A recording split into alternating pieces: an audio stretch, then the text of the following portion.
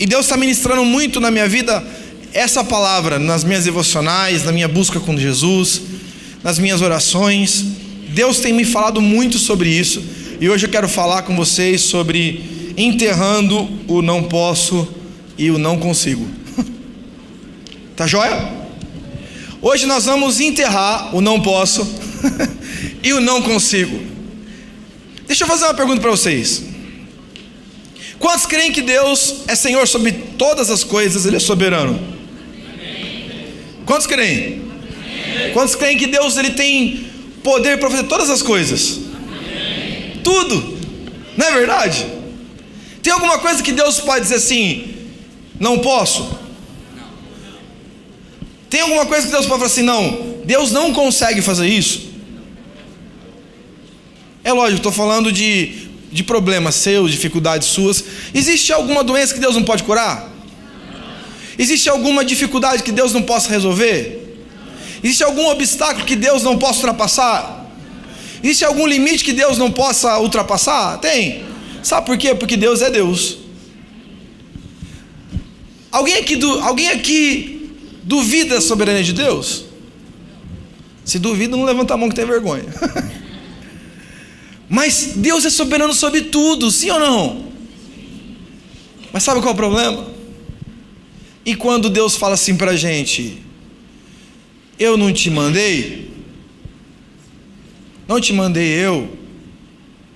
Olha que o que a Bíblia diz lá no texto de Josué, capítulo 1.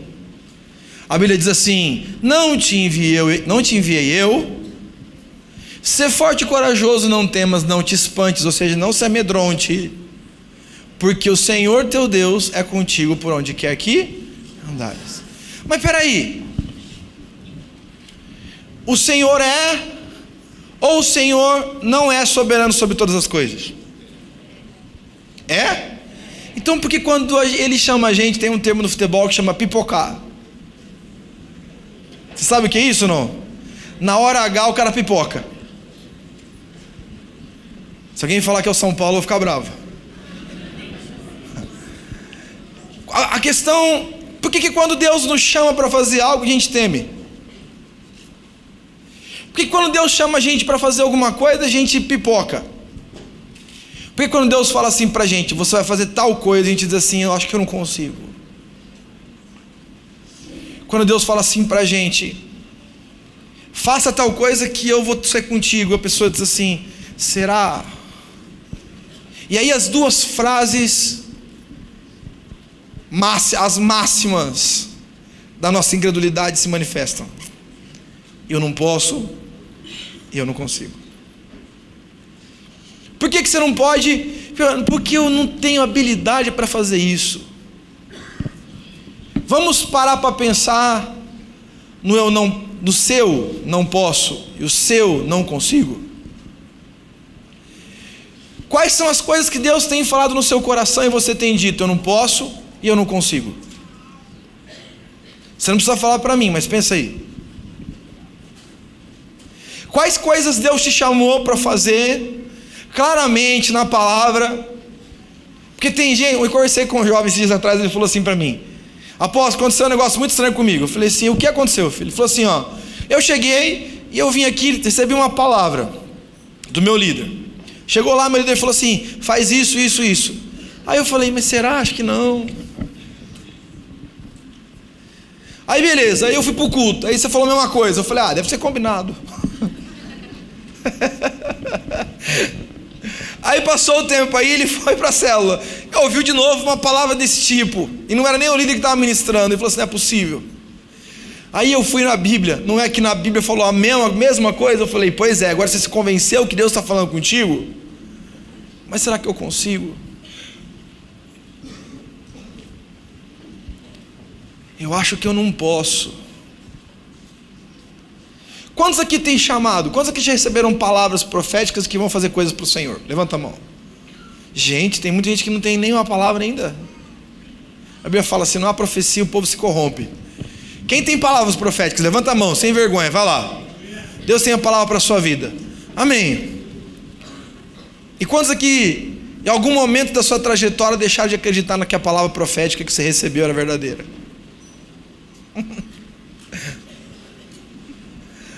Porque em algum momento da nossa história, nós focamos em quê? Em nós. Diga comigo, em nós. A chave para que a gente destrua o eu não posso e eu não consigo, a primeira chave delas é a gente conseguir compreender que a chave não é a gente. Deus pode transformar, queridos. As pessoas dizem assim: mas apóstolo, eu acho que eu nunca vou montar uma célula, ganhar vidas para Jesus, porque eu não sei se eu amo muitas pessoas. Veja bem comigo, vamos para a palavra.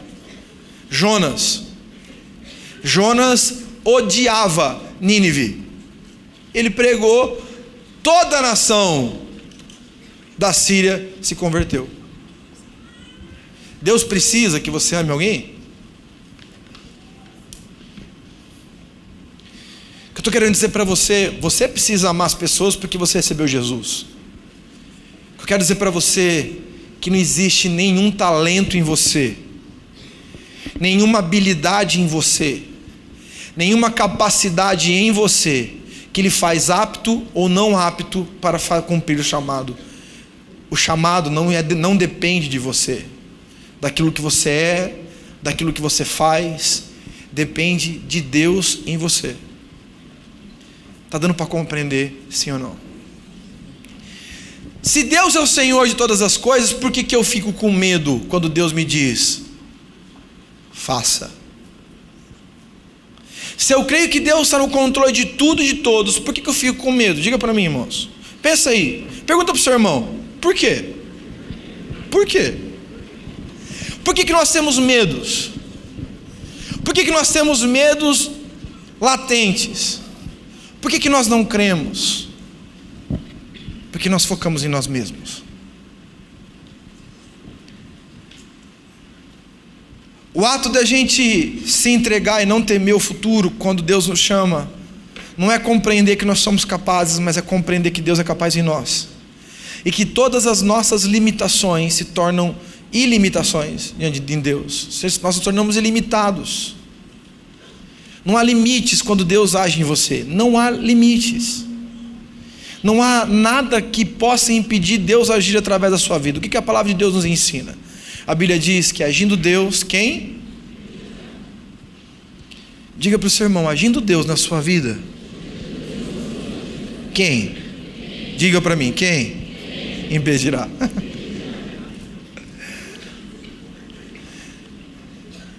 E Deus tem um quê com pessoas que às vezes não são muito reconhecidas. Sabe aquelas pessoas que dizem assim, eu era o último na escola, no time de futebol eu era o último a ser chamado. Às vezes eu ficava no quinto time. Na eleição do mais bonito e do mais feio, nem te conto quem ganhava o ovo mais feio. Eu sofri bullying.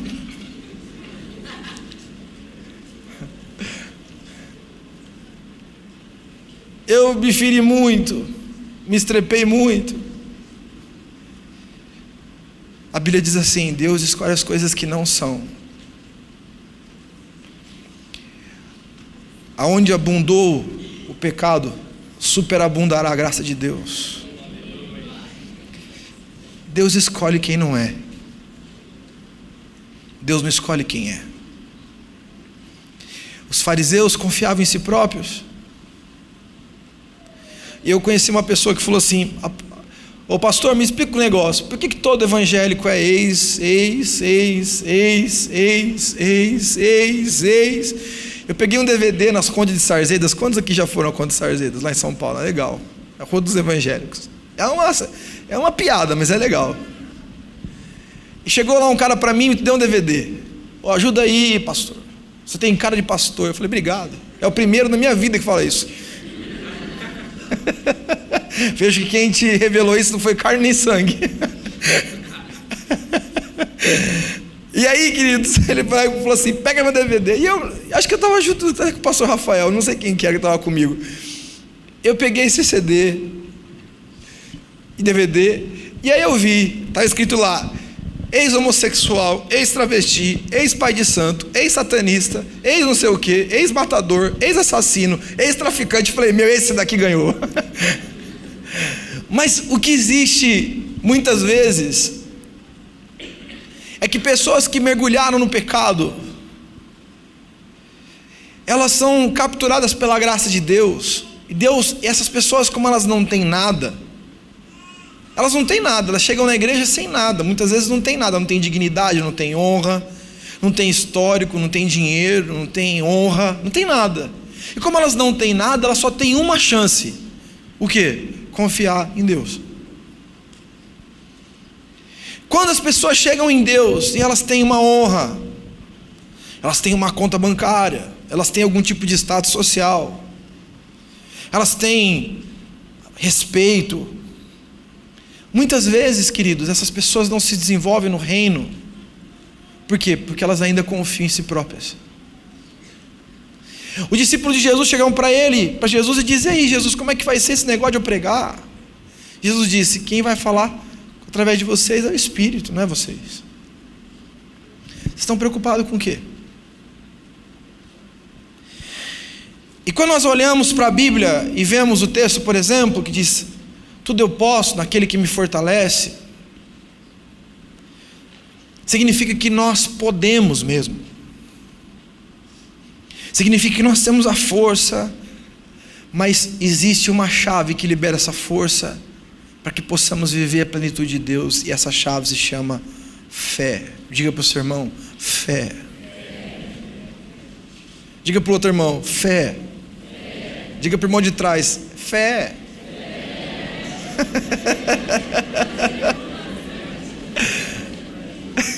O que aconteceu? A pessoa de trás estava olhando para trás? Que legal. Você tem que ter fé, irmão.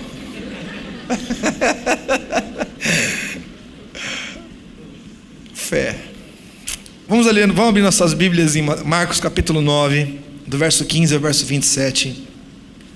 Diz assim, Marcos 9, do verso 15 ao verso 27. E logo toda a multidão, vou esperar vocês. Aqueles que já abriram, digam amém. Quem não abriu ainda, diga misericórdia. Deus está cheio de misericórdia nessa noite. Quem não abriu ainda, segundo livro do Novo Testamento, pode acompanhar pelo telão também. Vamos lá. E logo toda a multidão, ao ver Jesus, tomada de surpresa, correu para ele e o saudava. Então ele interpelou os escribas: que é que discutis com eles?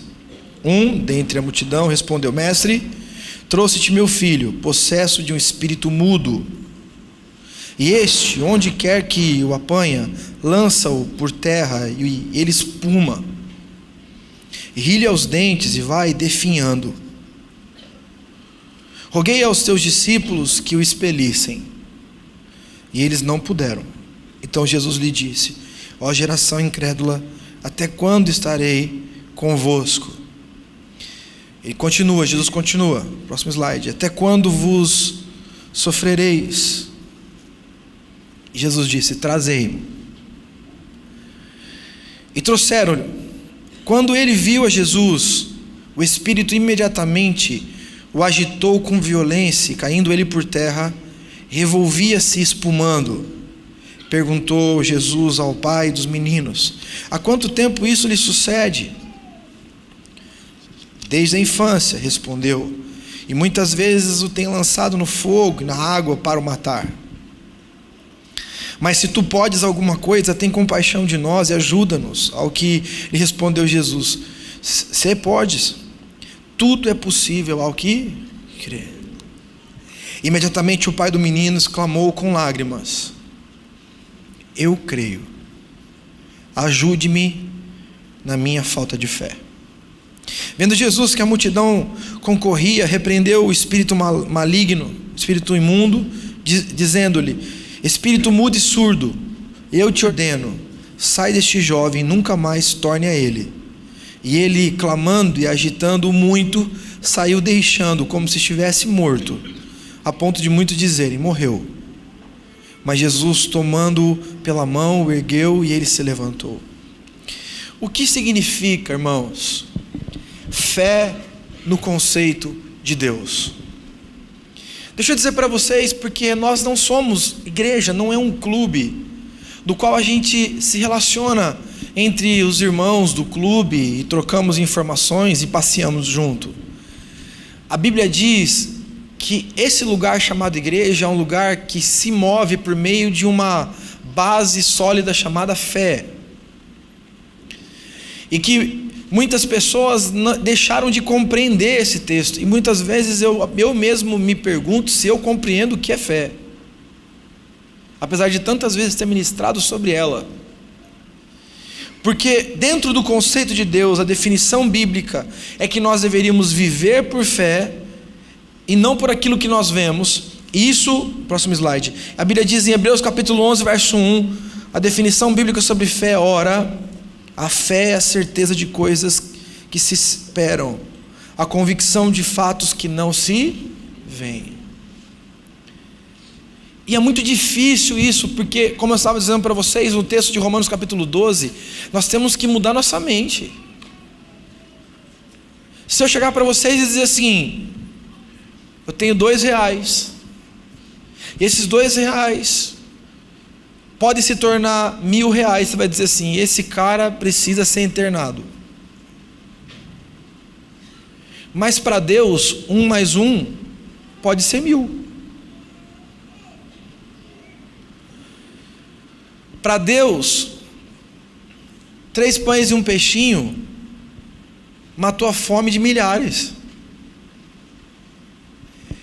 A matemática de Deus e a lógica de Deus diz, a matemática do homem diz, a física do homem diz, um homem, quando cai na água, ele afunda. Certo ou não? Na física de Deus, pode andar sobre a água, porque você pode andar sobre a água. Porque a física de Deus não é a física do homem. O tempo que Jesus trabalhou os seus discípulos, Ele trabalhou os seus discípulos na mente deles, para que eles entendessem um pouquinho mais sobre o que é fé, o que significa o mundo espiritual. Queridos, tudo que nós vemos tem uma origem espiritual.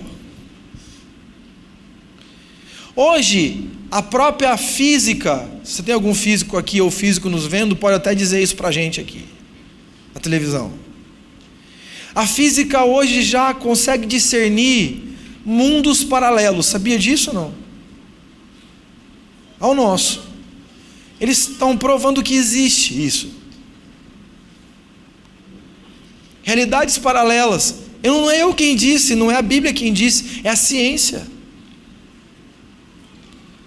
A física está se aproximando das verdades espirituais a cada dia, apesar de não dar os mesmos nomes que a Bíblia ou que Deus dá, eles estão se aproximando. Se você conseguir fazer a leitura correta, você vai ver que as duas estão cada vez mais próximas. Na outra dimensão, a física hoje compreende que existe uma interação de um mundo que nós não vemos. Existe. Eu não vejo, você não vê, mas existe. E aí nós entramos naquilo que a fé nos ensina, que é a primeira coisa, a certeza das coisas que a gente espera. Aquilo que eu espero, eu tenho certeza. Deixa eu fazer uma pergunta para você. Quantos aqui esperam prosperar financeiramente? Tem gente que não quer prosperar. Quem quer prosperar? Levanta a mão em nome de Jesus. Amém. Quantos esperam ver suas famílias felizes? Suas famílias abençoadas? Amém? Quantos esperam viver em saúde emocional por completo? Levanta a mão. Você espera. Agora a minha pergunta é: você tem a certeza que essas coisas acontecerão na sua vida? Porque se você tem certeza, Eu disse hoje uma fórmula que não é uma fórmula de física, mas é uma fórmula da Bíblia que não erra. Que diz, vou dizer para vocês, quando uma promessa de Deus se encontra com uma fé real, existe um milagre. Quando uma promessa de Deus se choca com uma fé real, nasce um milagre. Está dando para compreender sim ou não? Quando a gente olha para a palavra, queridos, nós vemos que nós temos desejos. Você espera coisas para a sua vida, mas sabe aquela incerteza? Sabe aquela incerteza sagaz do inferno que diz, será? Será que vai acontecer? Tá esperando, mas vamos ver se dá alguma coisa aí. Queridos, quando eu comecei esse ministério, quando nós começamos esse ministério, lá na casa do apartamento da minha irmã, com 4 pessoas, eu podia ter dúvidas sobre muitas coisas, mas eu tinha a convicção absoluta. Minha esposa está aqui, não sei se o Fer e a Juliana estão aí hoje, estão aí? O Ju, Fer? Eles sabem da convicção que eu tinha, a fé, a absoluta certeza de que esse ministério seria um ministério muito próspero e de muitas multidões. Se eu não acredito, a coisa não desata. Se eu não creio, as coisas não desatam. Não adianta eu esperar, preste atenção, porque aqui a Bíblia trabalha com 2 frentes: aquilo que eu espero e com certeza. Eu posso esperar e não ter certeza, e posso ter certeza e não esperar. Eu tenho certeza que Deus vai fazer muitas coisas na minha vida. O quê? Não sei, estou esperando nada não. Que vier é lucro. E a convicção, e a outra frente é a convicção do que não se pode ver. Eu não posso ver, mas a fé é a certeza daquilo que eu não posso ver. Mas eu creio. Eu creio. Quantas vezes as pessoas chegam para mim e dizem assim: William, queria que você orasse pelo meu parente, pelo não sei quem, que mora lá não sei onde. Ora, eu fecho os meus olhos e digo assim: Espírito Santo, visita essa pessoa lá, na casa dessa pessoa. Como se eu tentasse visualizar isso, sabe? O Espírito Santo entrando lá, Jesus tocando aquela vida, sarando, curando, ministrando. É a certeza, é a convicção das coisas que nós não podemos ver, mas que acontecem. Está dando para compreender, queridos? É necessário que hoje você, porque a Bíblia diz que a fé vem pelo ouvir a palavra, você mande um comando para a sua vida de fé. Eu espero viver uma vida plena. Eu espero vender meu carro. Eu espero trocar de casa esse ano. Eu espero comprar minha casa própria. Eu espero casar esse ano. Aleluia. As pessoas estavam até assim, ó, amém, amém, amém. Espero casar esse ano. As pessoas, oh, aleluia. Isso é para provar como é sério. Por isso que você precisa ir junto com a gente. Nós fechamos uma boate. Esse pastor é louco, né? Nós fechamos a lounge, é isso? Fechamos a lounge no dia dos namorados. Sabe aquele dia de fossa que o solteiro fica, céu a vida, ó céus, onde parece que os passarinhos lá em cima do fio de atenção fica aí anda na rua, todo mundo se bitocando, é presentinho daqui, presentinho de lá. Sabe esse momento? Esse dia é o dia da sua libertação. Amém. Então nós fechamos uma boate para você ir lá no Senhor com músicas cristãs. Quem sabe, né? Disponível, também estou, né? Quem sabe Deus não traga para você a pessoa certa. Não é, pastor Rafael? É a convicção de que Deus está trazendo o melhor para a sua vida. Eu já ministrei isso para vocês, já tive, agora graças a Deus parou na igreja, mas as pessoas vinham para mim, traziam um currículo para mim. Apóstolo, meu currículo aqui, ó. Eu falei, que bom currículo, bacana. eu vou fazer uma entrevista amanhã cedo. Eu falei, mas eu quero que você ore por mim. Por quê? Porque eu tenho certeza que não dá para eu passar. Vocês estão dando risadas. Vocês estão vendo como a situação não é fácil para um pastor, irmãos. Eu falei, como que você já entra derrotado desse jeito? Não, é que é muito difícil, com essa fé aí é muito impossível. Né? Porque a gente não crê. Eu quero que você faça um teste na sua vida e faça uma leitura na sua vida. Bem rapidinho. O que na sua vida você tinha convicção, você tinha uma fé inabalável, e aconteceu. Veja a sua vida, faz uma retrospectiva na sua timeline, no tempo, linha do tempo da sua vida. E veja aquilo que você tinha convicção, Deus vai fazer, eu tenho convicção que Deus vai fazer. Deixa eu fazer outra observação para vocês. A gente vai lá e chama aqui as pessoas, vem aqui todo mundo para frente que nós vamos fazer uma oração por cura, por milagres. Quem geralmente são as pessoas que mais são curadas? Quem já tem 15 anos de igreja? Quem são? Os novinhos convertidos. Sabe por quê? Porque eles têm uma convicção. Eu falo assim para eles, agora você ajoelha, vira para o outro lado que você seca curado. O cara vira, desvira, vira, porque ele crê. A gente, me incluindo, a gente que já está um tempo na igreja, vem cá que você vai receber um milagre.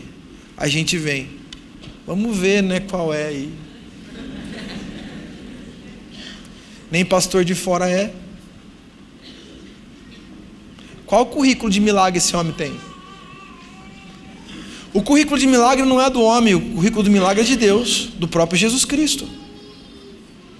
Sabe por que muitas coisas não acontecem? Porque nós não cremos. Sabe por que o dízimo fica tão pesado, a oferta fica tão maçante? Porque nós não cremos, que se tivéssemos crido de verdade na palavra, isso daí fica pequeno, vou ganhar muito mais. Sabe por que abrir uma célula fica tão difícil? Parece que o mundo inteiro não vai nunca ouvir a sua voz. Fazer uma família feliz, então, Jesus Cristo, nem pensar. Sabe por quê? Porque a gente não crê. Sabe por que evangelizar na rua é impossível? Fica com medo. Eu lembro de um dia que eu chamei um músico. Falei assim, músico, nós vamos fazer um trabalho lá no presídio. Aí o cara falou assim, não, glória a Deus por isso, mas assim, a gente entra de colete.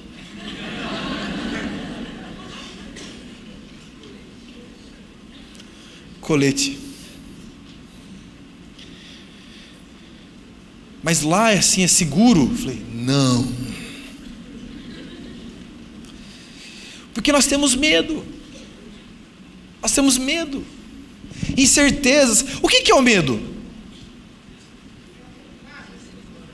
O que é o medo? A ausência de coragem. Mas me diga um negócio, vocês entendem que medo é ausência de fé? Os meus filhos chegam para mim e falam assim, papai, meus filhos são meio sem vergonha, eles gostam de fazer uma frescura para ir no meu quarto. Eles chegam à noite e falam assim, pai, estou com medo. Você está com medo de quê? Não sei. Eu falo para eles assim, a Carla fala para eles assim, mas vocês estão com medo do quê? Aqui só tem Jesus, aqui tem o quarto, está fechado, aqui não tem problema nenhum, não tem bandido, não tem ladrão, não tem nada, não tem monstro, aqui só tem Jesus. Mas eu estou com medo.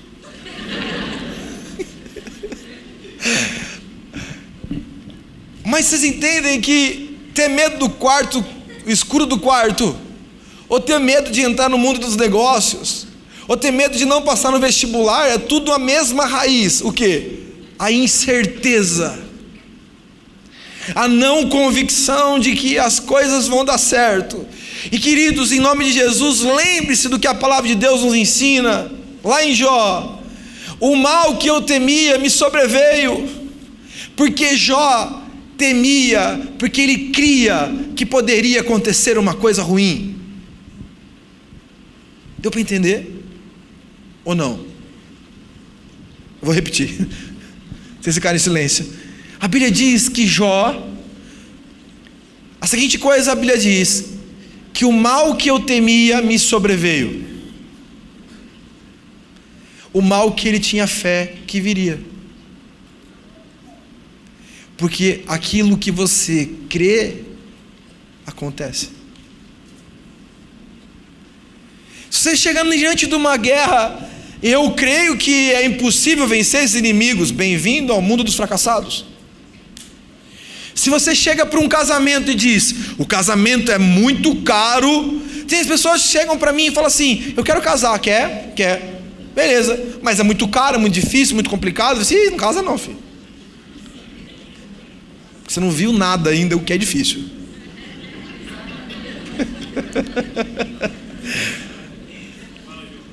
Porque o que acontece? Lembra dos espias, sim ou não? Lembra dos espias que foram ver a terra? Chegou lá, diante da terra de Canaã, lá, a terra linda, bonita.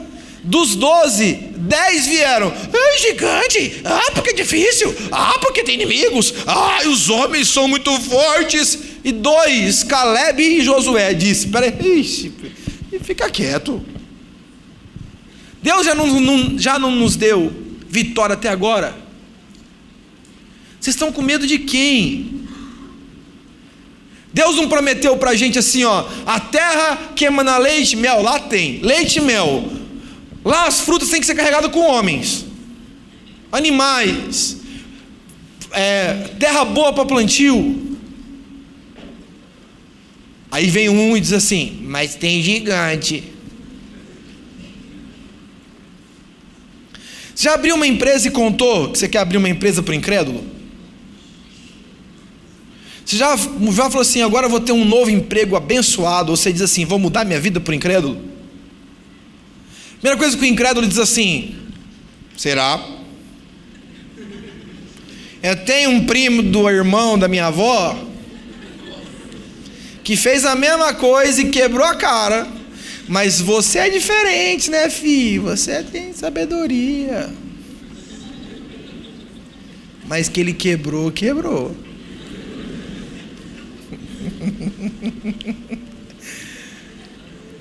O incrédulo não ousa.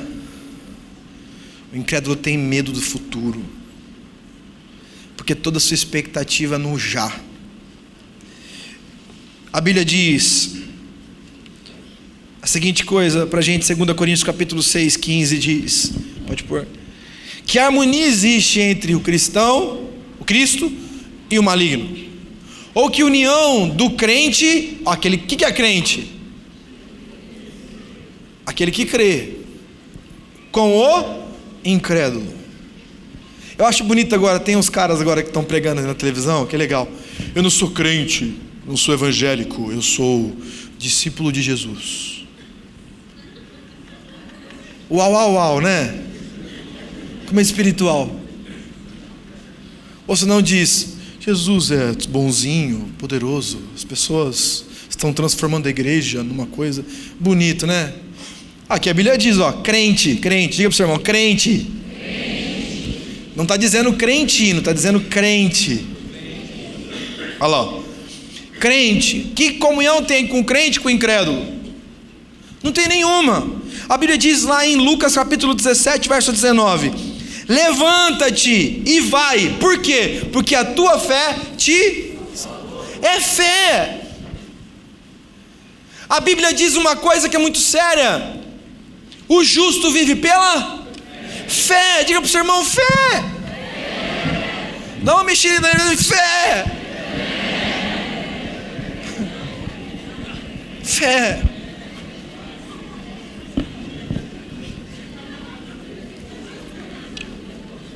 Veja que Jesus, nesse texto nós vemos constatações muito claras. Primeiro, que Jesus se irrita com a falta de fé. Próximo slide. Jesus se irrita com a falta de fé. Diga para o seu irmão: sem fé é impossível agradar a Deus.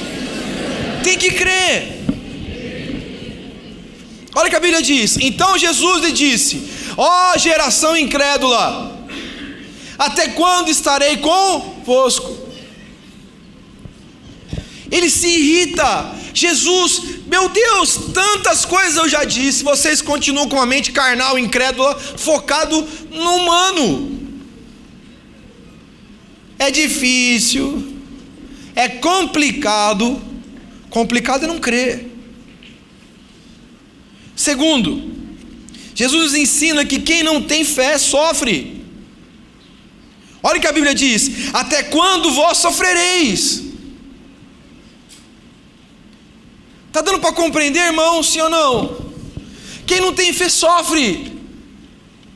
Quem não tem fé sofre, perece, perde oportunidades. Quem não tem fé não entra no milagre, não entra no profundo de Deus. Quem não tem fé não vê agir sobrenatural de Deus. Quem não tem fé vive no racional, vive na incredulidade, vive no limite, vive na mediocridade. Mas aqueles que vivem no sobrenatural ativam o mundo espiritual, liberando coisas espirituais sobre ele.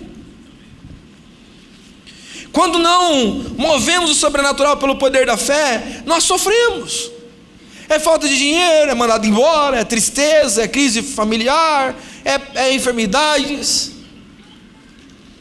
Deus é o Criador. Ele criou as praias, coisa boa, as cachoeiras. Deus criou os anjos. Deus criou o céu. Deus criou os animais. Próximo. Olha que coisa mais linda. Não parece que Deus pintou? Olha esse passarinho, gente. É muito lindo. Eu tenho um lado sensível em mim.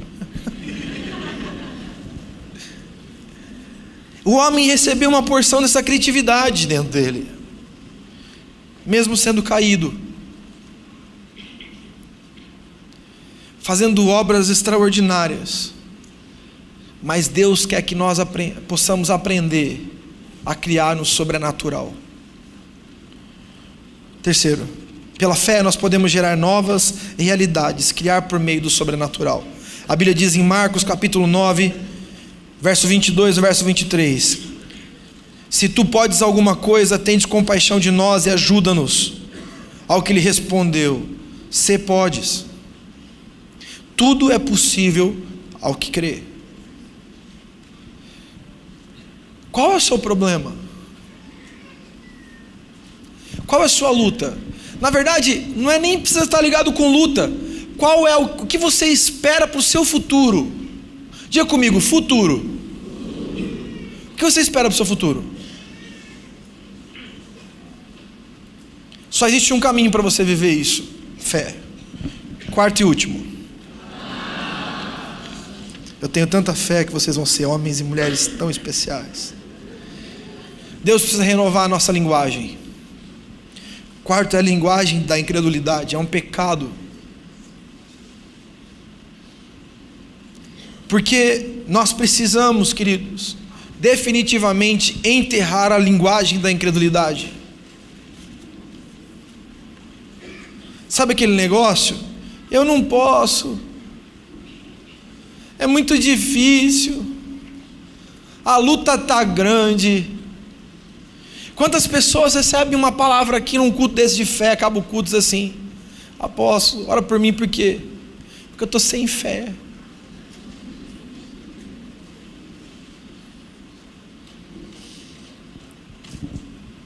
A Bíblia diz uma coisa em Lucas capítulo 6, verso 45, diz: o homem bom, do bom tesouro do coração tira o bem, do mau tesouro tira o mal, porque a boca fala do que está cheio o coração. Quando o nosso coração está cheio de incredulidade, nós não vemos o milagre, nós nem conseguimos falar de milagre, porque nossa boca só reproduz aquilo que o coração está cheio. E sabe o que nós falamos? Você pode trazer uma palavra? Nós dizemos: não posso. A gente diz assim: você pode sair dessa tristeza, dessa angústia, dessa depressão? A pessoa diz: eu não consigo. A Bíblia diz em Romanos capítulo 1, verso 17: visto que a justiça de Deus se revela no Evangelho. A justiça de Deus, ela se mostra no Evangelho, de como? De fé em fé. Como está escrito, o justo viverá por fé. Quando nós não temos a linguagem da fé, sabe o que acontece? Nós dizemos: eu não posso restaurar a minha casa, eu não consigo viver meu ministério, eu não posso ser um líder de célula, eu não consigo prosperar, eu não posso ser feliz, eu não consigo me libertar das drogas, eu não posso ser feliz no relacionamento. Mas hoje o Senhor te chama aqui para você enterrar o não posso e o não consigo. Vamos ficar em pé em nome de Jesus.